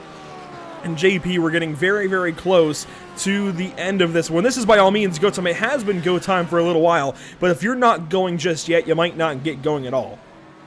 Yeah, exactly. These guys have to be, I mean, at 100%, 110% pace at this moment, especially Dench. If he wants to get close to that BMW, he's struggling a bit on the straight lines I'm watching. And as you know, Andrew, I'm a numbers person. I keep looking at the data, and Zamperlini is the guy that has been keeping up pace with Dench and Resende. So if anything happens to these two, if they start battling, start going side by side, start losing time with lapped cars, Zamperlini is very much a guy that can keep up with these two, at least on clear air. He has gapped Kimbrough by over a second at this point in time. So if anything happens to these two, don't rule him out just yet. He has the pace to keep up, at least on clear air, but these two have been going at it. I mean, Dench is just pushing to the limits. As you can see, just nearly putting all four wheels outside the curbing into turn one, but looks like that BMW just has the extra muscles on the straight. I cannot disagree. I was expecting the Audi, especially when it got out to the early lead, to hold on there for Matthew Dench. And of course, pit stops have ran through and ran its course. And I don't know how that Audi does really feel in dirty air, but I'd imagine it's probably not to Dench's liking just yet, or maybe Resende just has that overall pace. I cannot wait to go back and see what the incident count for each of these drivers have been, because almost every time I look up at one of these drivers, one of them's kicking up dirt, or there's some grass blades being kicked up. It is really something, and now that doesn't always mean that that's an incident point, but that means that they are oh so close to the edges of the track, either trying to cut it a little short on entry or the inside of the corner, or run as wide as they can there on the exit. A lot of votes coming in so far looking to be in Matthew Dench's favor, but he's got to get something going in the closing laps, in the closing minutes here at Hockenheim, in order to get up there and battle Resende. And that's just a battle Resende, let alone beat him. You see a little bit off getting to that bottom line there and getting to the curbing in turn 12, but he makes it work anyways, and through 13 and 14 still tailing that green and yellow BMW of Resende. Now back around to the paddock and the home stretch. We'll take 8.5 minutes to go, and these drivers will take about 5 laps to go. It looks like, no, 6 laps to go potentially of 6 laps to go of what we expect based on the amount of time. It looks like we're going to hit 31 laps when it's all said and done here, JP. I'm still not sure who wins this battle, to be entirely honest with you. I can't disagree with the votes coming in for Matthew Dench. It just seems like he's got a lot of work to do. It seems like the roles have been reversed from the first stint that we saw. We saw Dench essentially pulling a gap, and then obviously Resende kind of caught him up near the pit stop window, but couldn't really get close enough to pass. And this seems to be exactly the carbon copy, essentially, of the second stint. Resende has just, just found himself comfortable in that P1 position, and Dench, even though he's close, he's less than a second behind, he's kind of dropping back a few tenths a lap right now, but he does not seem to get close enough to pass where the Audi is stronger than the BMW. Probably here in the second and third sector, he can catch up a few tenths of a second, but not close enough to make a move in order to stick the position and probably get the lead back. So it will take some work. It's possible. We saw him leading and we saw how comfortable it is, but it's just kind of just trying to catch up enough. But the BMW and Resende seems awfully strong as well on the lead. So I'm happy with either one of them winning, because both of them seem extremely strong. Absolutely. I love the dynamic of the race, and that it's gone to one person, and it's kind of fall into another now, and oh my goodness, very wide for Resende. That could be huge. However, if he had maybe a slowdown for extending the track or an incident point, put him even closer to that potential 15-point incident penalty. And I still think this battle is probably going to be decided on lap traffic. If lap traffic continues to be as consistently clean as they have been over the past 10 or 15 minutes, I think Resende may have this easily, but we'll see here. Again, 6.5 minutes, and Dench is still trying to put on the pressure, but this is actually one of the largest margins Resende has opened up since the pit stop here, 1.1 seconds. And I invite you all to check out the bottom portion of our ticker now on the left side of the screen. I've noticed a bit of a pattern as of late. Now, if this timing and scoring holds, and I know this can be a little bit wonky with cars running and derunning, it looks like there's a line of amateur drivers in a row. So let's take a look and check some of this out. It looks like it does change a little bit, but there is still a line, it looks like, a little further back around this 20th position. If we can try and get them to pop up here, at least for the time being, we can find Russell Burton leading this charge in the 17th position in his BMW, a little ways ahead of Mike Braun in the 107 Mercedes. So with 5 minutes to go, there's a 4-second difference there. Then 2 seconds back to Frederick Tamayo in, I got to think about it, the Wheel Deal Porsche. He is ahead of teammate William Coffey, who is ahead of, not teammate, certainly, Philip Ranieri, who is in the pit lane. Ranieri coming in, so the Canadian having some issues. He'll have to come back in for some service, potentially a penalty. Stu Leslie now passes that driver, so he moves up to, it looks like, the 21st position overall, and is the final car, as well, on the lead lap. Our leaders have just rounded turn 1, and there's Resende. So that's where things wrap around between the amateurs and the pros, now inside of 5 minutes to go.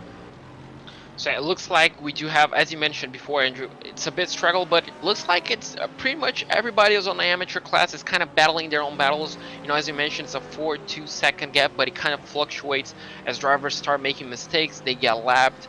So it kind of fluctuates, but, those guys in the amateur have just as a difficult task as the guy in pro, because obviously the guys in pro, they do have to manage traffic in order to keep their position. These two battling, trying to not lose enough time to one another, but the guys in amateur, when you think about it, they're being lapped, but they're also battling for position, so they do have to know a bit of the track and the drivers that are lapping them in order to not lose position and track position to the drivers ahead of behind them. So it's an interesting race from both perspectives. Obviously, we do kind of focus a bit more on the overall leader, but it's interesting to see the amateur POV as well.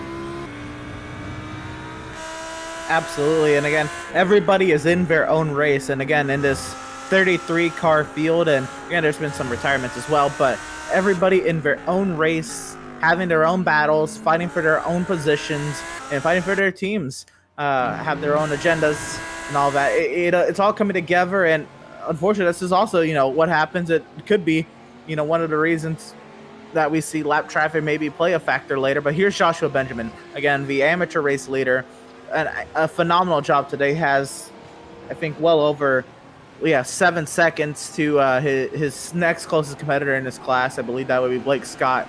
And Joshua Benjamin just doing a phenomenal job. 3.5 minutes reign, less than that now. And just phenomenal, that purple and black Lamborghini.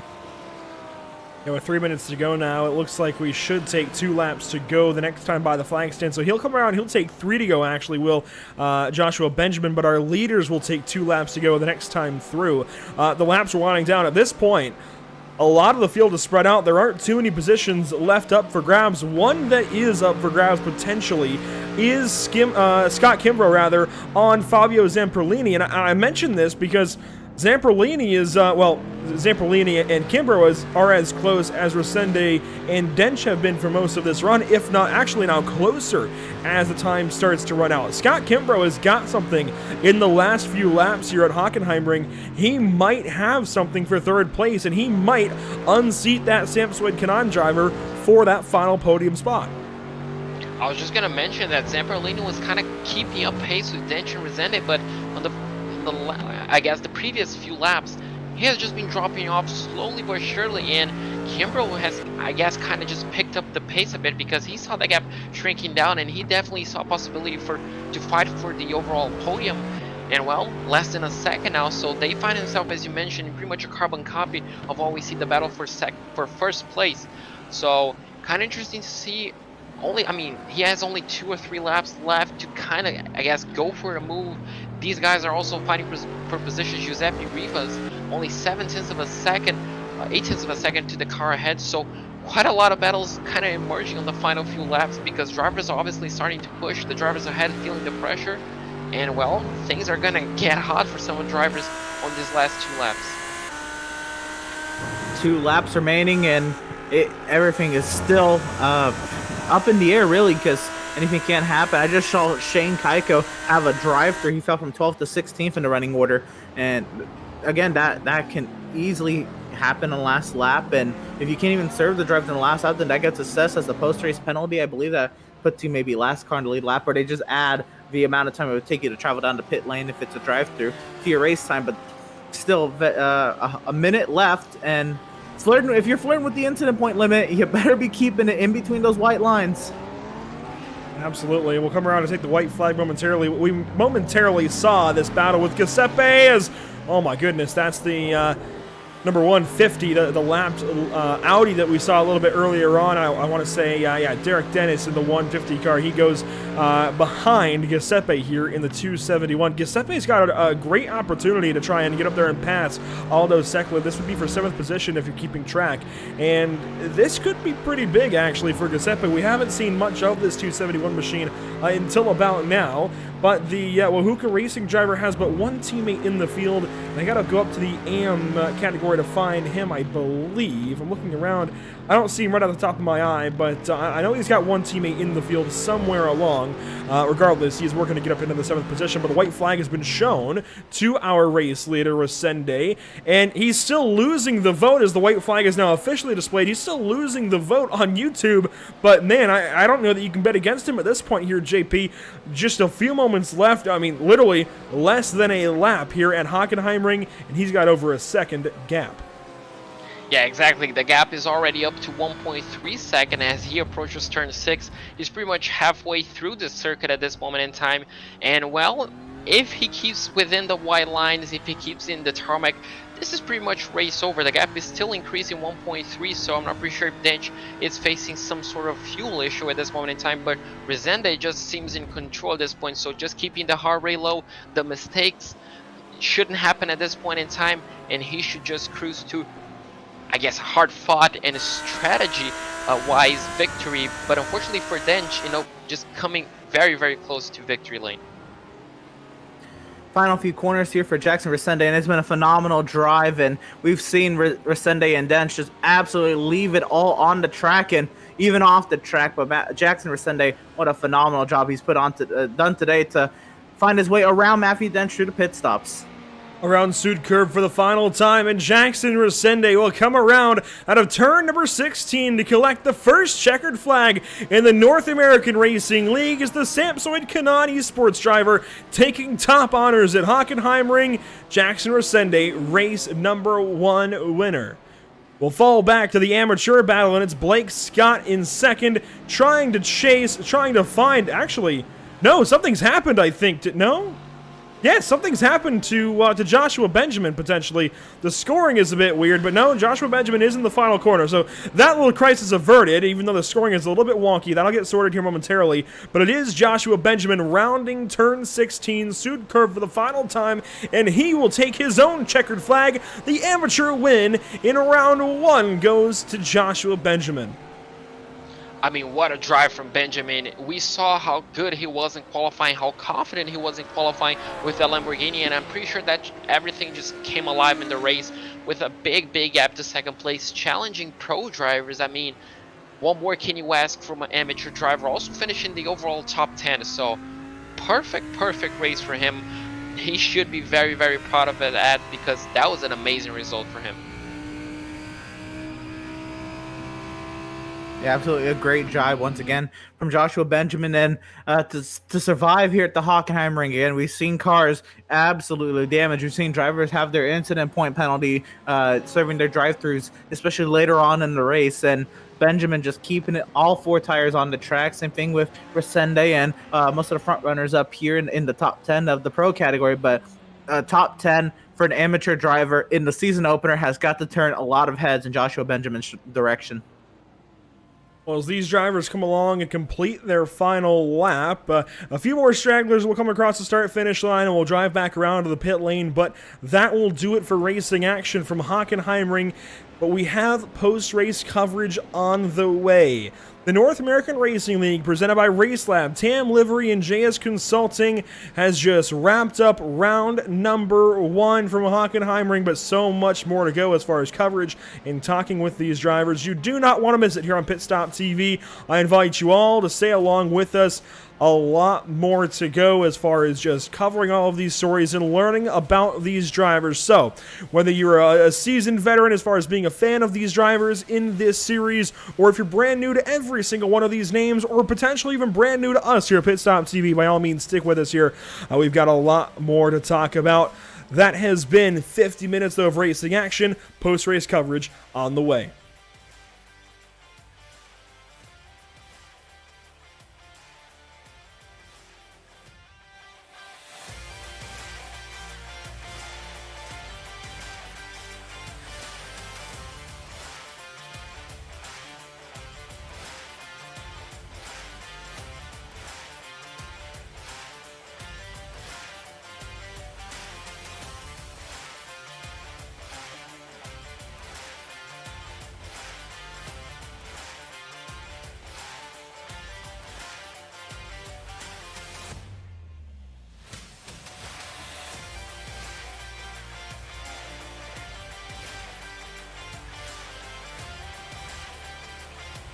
Have you found yourself trying to hide your joy because you're unhappy with your teeth? Your smile is the first feature noticed in an interview, on a date, or in family photos. We want you to be able to shine bright as your best self, and our teeth whitening system is the perfect step toward restoring your confidence.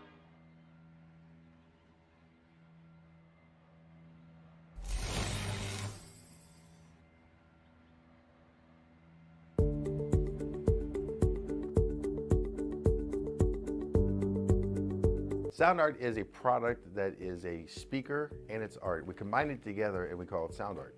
What makes it so unique that any picture can be your speaker?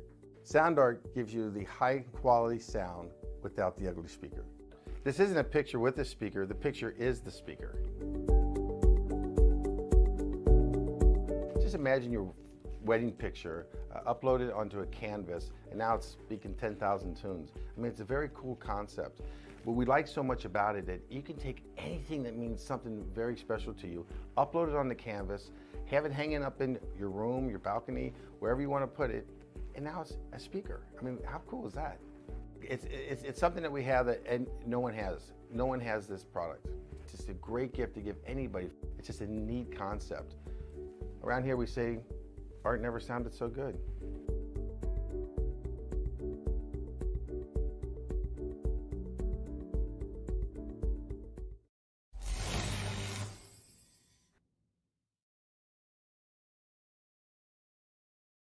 After months of quarantine, we're all interested in how we can become our best self. The team at Permanent Makeup and Cryo is here to help you get the flawless makeup look every day without the extra effort or time.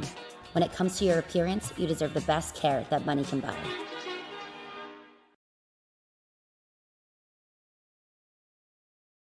Sound art introduces an entirely new way to listen to music in your home. By combining the best of two products, a revolutionary high-fidelity, low-profile Bluetooth wireless speaker with beautiful artwork. Select from a library of artwork or upload your own photos to personalize your experience. Sound art ushers in an era of invisible, beautiful, and amazing sound throughout your home and redefines your entire entertainment system. The need to reclaim your floor space and rid your home of unsightly speaker boxes that need to be bolted to the wall is now a thing of the past. Our canvas is printed on high-quality permalite by Breathing Color. And select from our gallery or upload your own. Standard sizes include 16 by 20 and 18 by 24 canvas wrapped. Custom sizing is available, as well as surround sound options.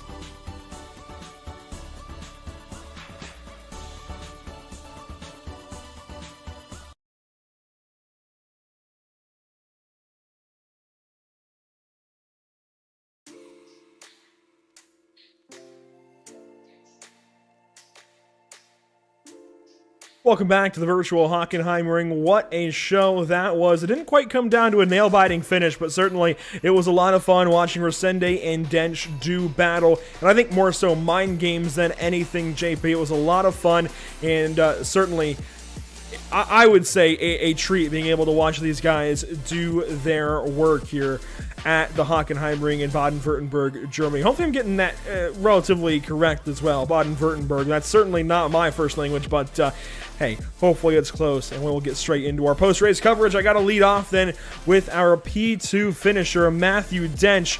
It didn't always look like Matthew Dench was going to be in P2, but Matt, it doesn't quite come out to a P1, maybe the P1 that you would have wanted this afternoon here at HockenheimRing. No, not quite.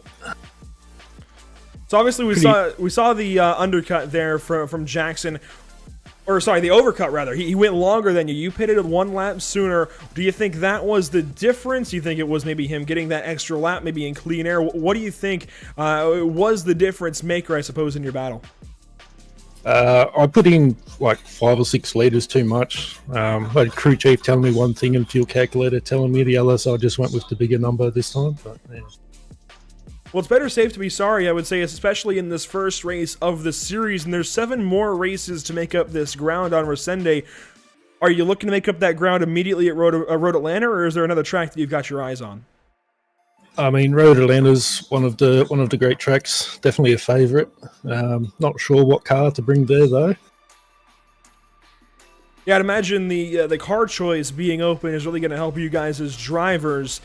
How do you attack a series like this then, where you can kind of move around between cars? Well, throughout the last couple of weeks, I tested all of the cars, and I had 3 running about the same pace in the low 37s, and the Audi felt the most stable for me, so that's what I ran with today. Well, it works out for you, Matthew. Again, not quite P1, but certainly a very strong showing. Sitting on pole in the entire first half of the race and then some, and just coming up a little bit short. Congratulations to you, Matthew. Who do you have to thank? Who do you have to shout out? I don't know. I just sort of like wing this one all solo, so no real shout outs this time.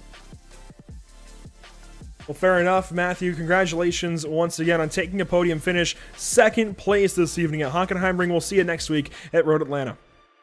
All right, thank you. Have a good night. So Matthew Dench finishes things up in the 2nd place in pro category. Congratulations to Matthew. We'll hand things down then to the amateur winner in Joshua Benjamin in that purple and black Lamborghini. So Joshua, obviously a perfect start to the season to you, a top 10 overall finish in the amateur class. I mean, you won by quite a big margin. Talk us through qualifying. You were already dominant in qualifying. Did that result in that pole position essentially just give you that extra confidence to just pretty much run away with the victory on the race itself? Absolutely. I wasn't expecting to be essentially pole in amateur class. I was expecting either Blake or what was it, Chad? Or there was a couple of guys who were pretty quick in this class, so I wasn't definitely not expecting to be sitting on pole. So it was a very welcome surprise. And during the race itself, you had a healthy margin, but you were also battling with some pro drivers. Does that difference in classes kind of intimidate you, or you just take it as another driver in another position to battle with? It's another driver in another position to battle with, but in the same breath, I know I'm not really racing them, so it's going to be a little more give respect, get respect, and not try and push them too hard, and they'll give me the same thing and hope. Exactly, that's a perfect mindset to go. And, well, obviously, you won here in a dominant fashion. Next week, it's at Road Atlanta. How does the mindset change? Obviously, as season opener, I guess you kind of do have a bit of those nerves, brand new fuel, all that sort of stuff. But now that you establish yourself as a race winner, how does that translate into next week? Next week's going to be a little different because I'm nowhere near as confident at Road Atlanta as I am some of the other courses on the schedule. It's going to be a lot of practice, and we'll see. We'll see in the open practice sessions where I stack up and how gung-ho I will be for positions. Well, I mean, with the pace that you showed here today, if you can translate that into next week, it will definitely provide you with an amazing result. But, before I let you go, who do you have to thank for your result? Thank Team Mystic for their support. My buddy Snoopy for keeping me in line this whole week and keeping me practicing rather than slacking off. And yeah, thank you guys. Thanks for the support and keeping me online. We'll hopefully make a championship season out of it. Well, it's a perfect start for the championship season. You came out of here with the most amount of points in the amateur class, and I'm pretty sure they're proud of you. Yeah, I can't complain with the top 10 there. Well, that was Joshua Benjamin, our amateur race winner, class winner, top 10 finisher. And, well, what a season opener for him, Andrew. Absolutely a great way to get the season kicked off there for Joshua Benjamin. We'll hand things down then to Emerson Arden with second place amateur finisher Blake Scott. And Blake Scott was again up there in the midfield, but of course in the amateur category finished second, was up there, had a little bit of a go there with Joshua Benjamin, but Blake Scott, I guess what was the deciding factor in the amateur battle today? It was my pit stop. I took too much fuel. It cost me, but had a lot of fun out there. Josh is quick. So, just learned that this is an open car series. You get to select what car you want to run at each track. What was the decision behind bringing the Mercedes to the HockenheimRing? I feel most comfortable in it. Under braking, feels great, very stable, and it's really quick out of the corners. I felt very comfortable coming out of the hairpin, so I chose the Merc. We saw throughout the midfield a lot of wounds and scratches. Talk about how hectic it was in that midfield and how you maybe fared through all the maybe start the antics at the start and then throughout the race.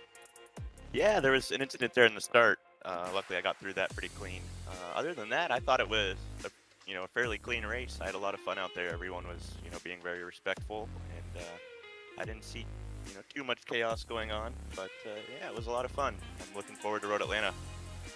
Speaking of Road Atlanta, how do you feel about it? What can you tell us? Maybe what car you're gonna run, or how you think you will do at Road Atlanta? Yeah, it's a track I like. I think I'm gonna be running the Porca next week, so we'll see how. We'll get some practice in leading up, and yeah, I think I'll be in the Porca. Right on, Blake. Once again, congratulations on second place in the amateur category today. Who do you have to shout out? Who do you have to thank for your second place run? Shout out Scott Racing. Shout out my dad, Mark Scott. He'll be here next week.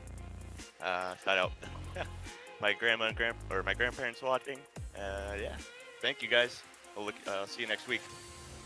Absolutely. Once again, Blake, congratulations on the second place finish tonight here at the HockenheimRing in the amateur category. Best of luck to you next Thursday at Road Atlanta. Alrighty. Thanks, guys. Have a good night. Again, that was driver of the number 167, Andrew. Very, very content with the second place finish from Blake Scott. And certainly reason to be content as well.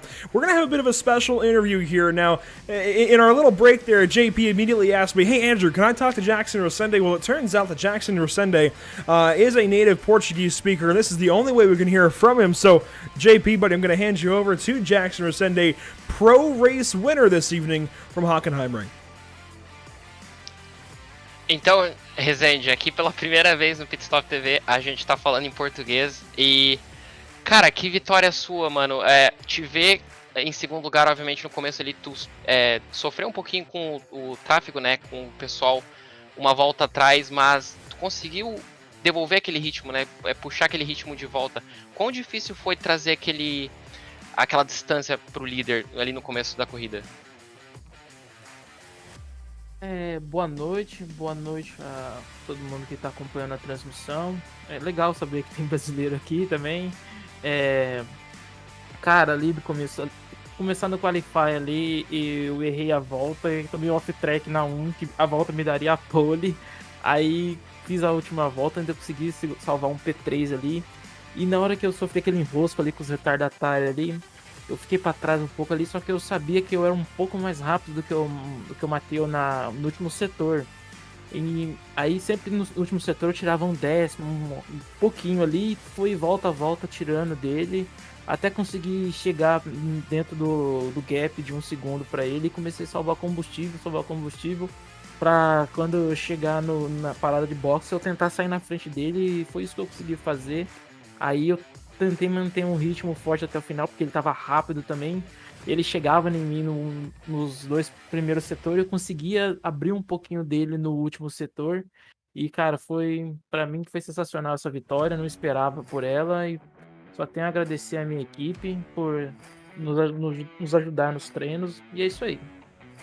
Pois é, no começo ali realmente ficou difícil saber se tu ia conseguir, né, realmente trazer aquele gap de volta ali, mas tu conseguiu, obviamente tu fez o overcut funcionar, né, tu conseguiu ali, junto com o Zamperlini ali, trazer uma volta a mais e fechar esse gap, e bom, parabéns pela vitória, mas obviamente a semana que vem tem Road Atlanta, e como é que é? Tu é tão confiante quanto tu é em Hockenheim, porque hoje tu foi dominante, como é que vai ser semana que vem? Ah, a gente vai vir forte para Road Atlanta, pode ter certeza que essa vitória deu um ânimo. Eu e meu companheiro de equipe, a gente vai treinar bastante para vir forte de novo em Road Atlanta, pode ter certeza.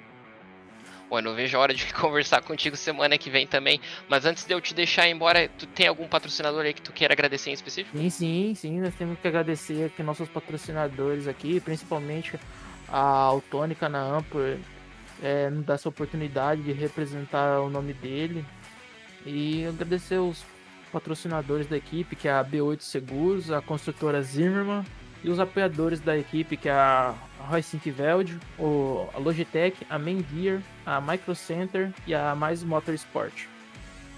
Aí, show de bola. Tenho certeza que eles estão orgulhosos porque foi um corridão de você aí. Você tem que estar... Você e o Zamperlini devem estar orgulhosos desse resultado. Eu tenho certeza que todo mundo tá olhando aí, tá muito feliz com esse resultado aí. Meus parabéns, viu, Rezende? Obrigado. Well, Andrew, that was Jackson Resende, the winner of the race. I mean, he was just so happy with the result. He said that he had the pole lap on his back, but unfortunately got an off track on turn number 1.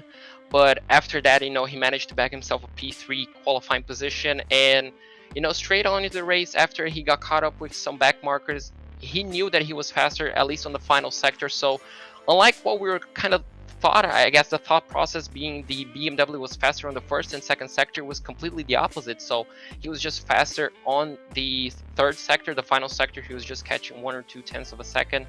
And well, after he caught up and he started saving fuel whenever he got to that 1 second gap, it was just, I guess, easy sailing for him. He just saved enough fuel, overcut, and obviously put less fuel in his car, and after that, it was just managing the gap.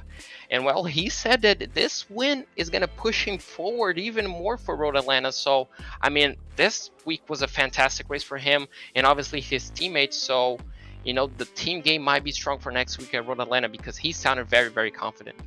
Certainly, I think the team game was the difference maker between he and Matthew Dench. Having the teammate in Fabio Zamperlini and relying on him for the fuel strategy, but between the two of them, they figured it out to where Jackson Resende was able to go out there, go the 1 lap further, and whether it was gaining time throughout that, taking less fuel, or what have you, it works out for Jackson Resende, and certainly I think he and Fabio Zamperlini will have to take that one to the bank and continue to work on that for Road Atlanta. I gotta say, JP, I had not heard you speak Portuguese before. We've been working with you for the better part of a year now, and we know, obviously, you're from Brazil, and we know you speak fluent Portuguese, but we hadn't heard it quite like that. That was actually really cool. I'm glad you guys got to have that interview there. I don't know. It just seems like a really cool moment between you guys. But Jackson Resende wrapping things up here from HockenheimRing with a big old W. You can see the official, well, unofficial for now, race results. Overall here, you see Jackson Resende leading 15 of 31 laps. What's funny to me is that's 1 lap less than Matthew Dench. It was literally half and half, 50-50 between Resende and Dench. Teammate to Resende, Fabio Zamperlini finishes in 3rd. Scott Kimbrough takes home 4th. Harry Wills in 5th. Daniel Tenorio in the 6th spot.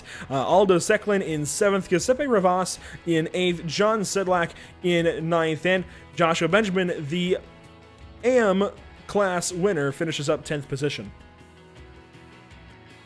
In 11th place, we do have EMM Lake. Michael Burnett finishes off in 12th place. Blake Scott in 13th place. Bruno Alcatraz in the 244 in 14th place. Scott Rister in the 242 in 15th place. Shane Keiko in 16th place. Federico Tamayo in 17th. Mike Braun in 18th. William Coffey in the 157 in 19th place, and riding off your top 20, Russell Burton in the 129.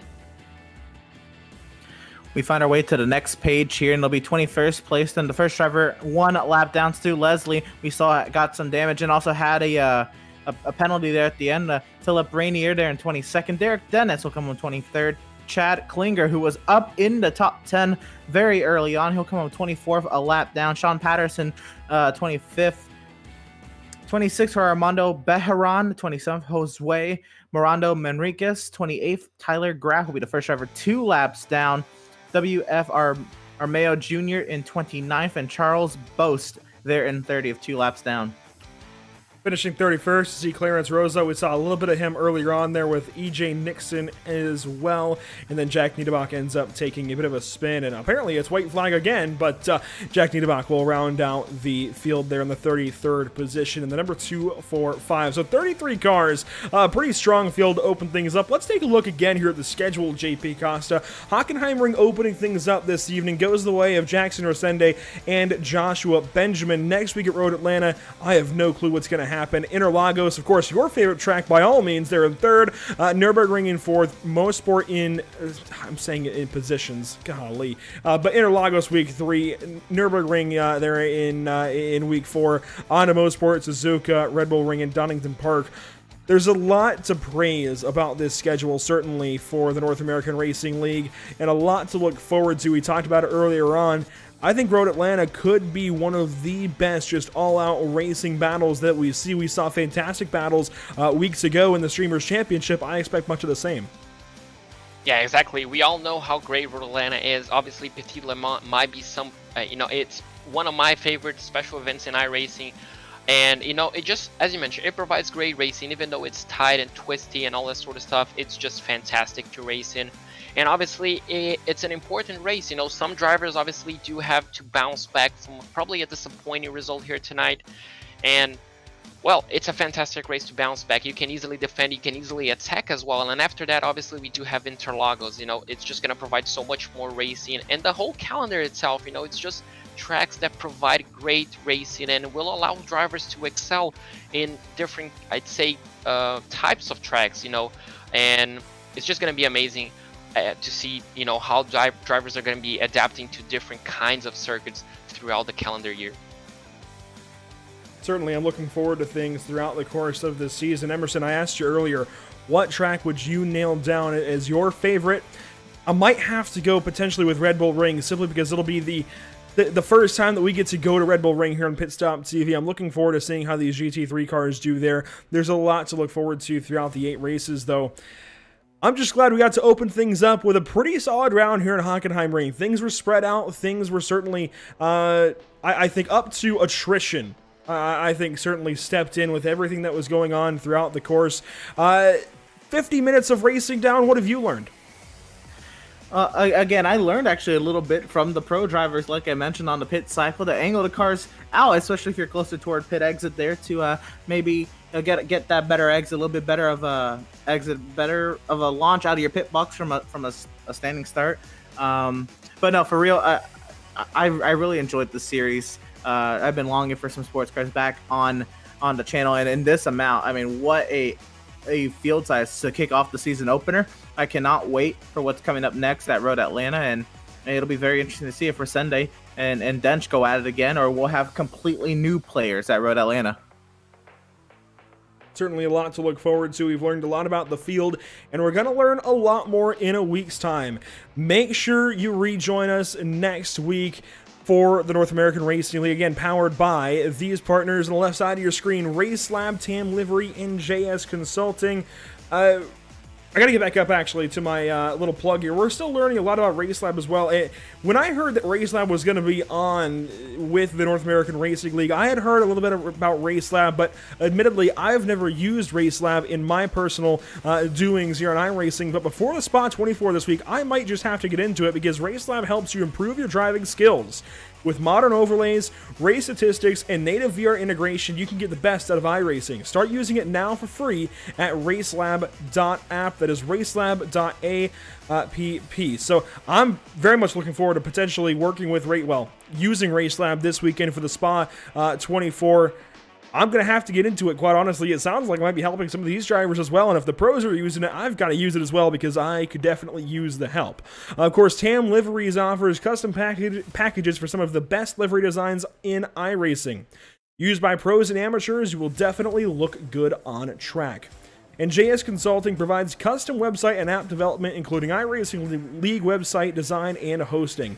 Find JS Consulting at johnsedlak.com. So competing in the series and building some pretty cool websites as well. Maybe he can make an iRacing broadcaster website. We'll have to get in contact with Mr. John Sedlak here at some point later on. But we also do want to thank, of course, our partners here at PitStopTV, Tucson Sound Art, your picture, your music. Emerson, where can we find Tucson Sound Art? Find Tucson Sound Art there at www.tucsonsoundart.com, and make sure you use promo code PitStopTV at checkout and receive 10% off of your wall-mounted sound art device purchase today.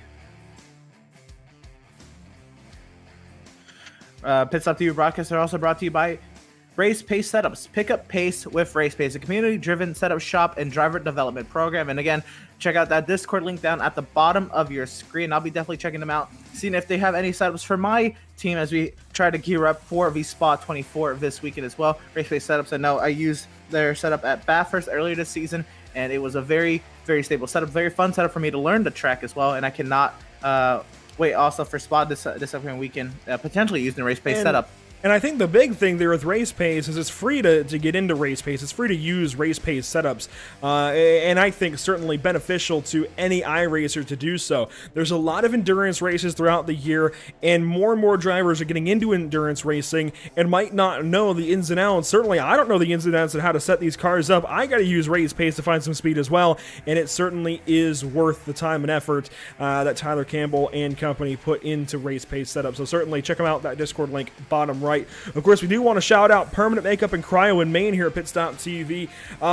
Based certainly up in the great state of Maine, and locally at that point up in Maine, you still want to look your best. And if you're in the surrounding areas, you might just need to check out Permanent Makeup in Maine.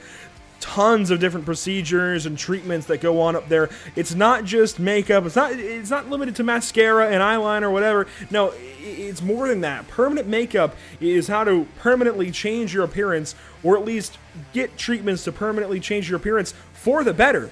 They want to take care of you and make you look the best that you possibly can.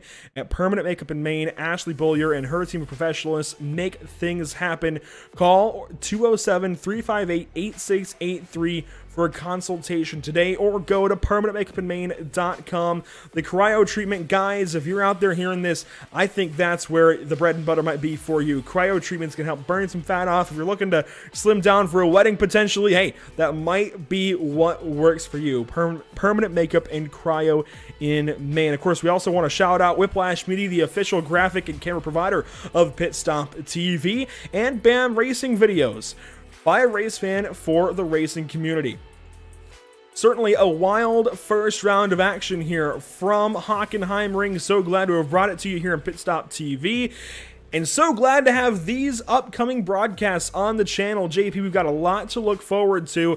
The Nork iRacing Series Season 13 is the final race, guys, that I'll be missing here in Nork. The final one that I won't be on, and then I get to come back just in time for the chase. But Emerson Arden, Eric Brennan, and Trey Shuttlesworth will be covering all of the action from Atlanta Motor Speedway, just on the far side of an announcement announcing the changes to Atlanta Motor Speedway for 2022 and beyond. This is a bit of a time capsule now, certainly, of the old pavement that's now being torn up down there in Hampton, Georgia. I'm so looking forward to seeing how things go on Tuesday evening from the Atlanta Motor Speedway. Then, the IORL will take Indy cars to Kentucky Speedway. They were just in action at the Chicago Street Course last night. It was a wild one. Certainly a lot of attrition paid off there. Now we get to see how it goes with oval racing at Kentucky Speedway. And finally, Emerson brings us all of the action from the Auto Club Speedway with the Outlaw Sim Series race number 4 in their series. So a lot to look forward to. JP, where can we find these broadcasts?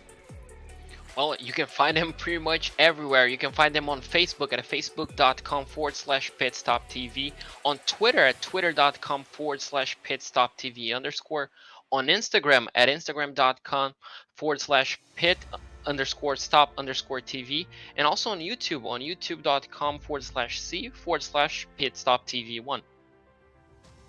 And of course, you can go on Twitch and find us as well. Plenty of places to catch up with Pit Stop TV action. Of course, Facebook, Instagram, and Twitter, where you can find our social media posts, many of which, well, all of which put out this evening by Trey Shuttlesworth. A lot of big things coming on the social media platforms, and a lot of big things coming for Pit Stop TV as well. If you haven't heard, we announced this earlier this week on our social media channels. The Cars Tour is coming to Pit Stop TV. Now, the Cars Tour is something I've been working on. Well, I've been working for, more realistically, for Pit Road TV and Cars Tour TV throughout the last year or so. The Cars Tour, the Solid Rock Carriers Cars Tour, is a late model series with late model stock cars and super late models touring through the Carolinas, Virginia, even up to Pennsylvania. Plenty of racing action to suit any race fans need. And it's coming iRacing once again. It used to be hosted through Podium Esports. We want to thank Podium Esports for all of the groundwork they have laid, but we're taking over the Cars Esports Tour, and you can register today by going to PitStopTV.com/Cars Esports Tour. That again is PitStopTV.com/Cars Esports Tour. And you can sign up. It's a $10 entry fee for 6 races. We're going to North Wilkesboro on August 4th, then Myrtle Beach Speedway on August 18th. Then we go to Southern National on September 1st, Larry King Law's Langley Speedway on September 22nd, South Boston Speedway on October 6th, and we round things out at Rockingham Speedway just ahead of the LeithCars.com 100 on October 27th. So a lot of racing action. Make sure you join up for it. A lot of our own broadcast members, actually. Trey Patton is registered. Brandon Metler of BAM Racing Videos has registered. Jacob Baticki, son of our pit reporter in the Cars Tour, Lenny Baticki has registered. So a lot of people are getting in on this. And we're also pushing to get a lot of you short track stars that might be out there and might somehow hear this over the airwaves. By all means, we want you to register. You can do so again by going to PitStopTV.com/Cars Esports Tour.com. It's very easy to sign up. We want to get you all involved, and it starts all on Wednesday evening, August the 4th. That will do it, however, from HockenheimRing here in Germany. It's been a fun one. It's been a very, very fun one to get things started and get this season underway. It's been a long time coming, I think, working with Scott Reister and everybody at North American Racing League, NARL, as we're going to start to refer to them. And it's been so much fun getting this season going finally. We had that Streamers Championship, there we go, a few weeks back on that early Sunday morn, and now we get things going on a Thursday evening. For all of Pit Stop TV, JP Costa beside me on the mic, Emerson Arden alongside both of us, actually, as well as Trey Shuttlesworth on our social media coverage. Thank you so much for tuning in. My name is Andrew Cardinale IV, and we will see you next time on Pit Stop TV.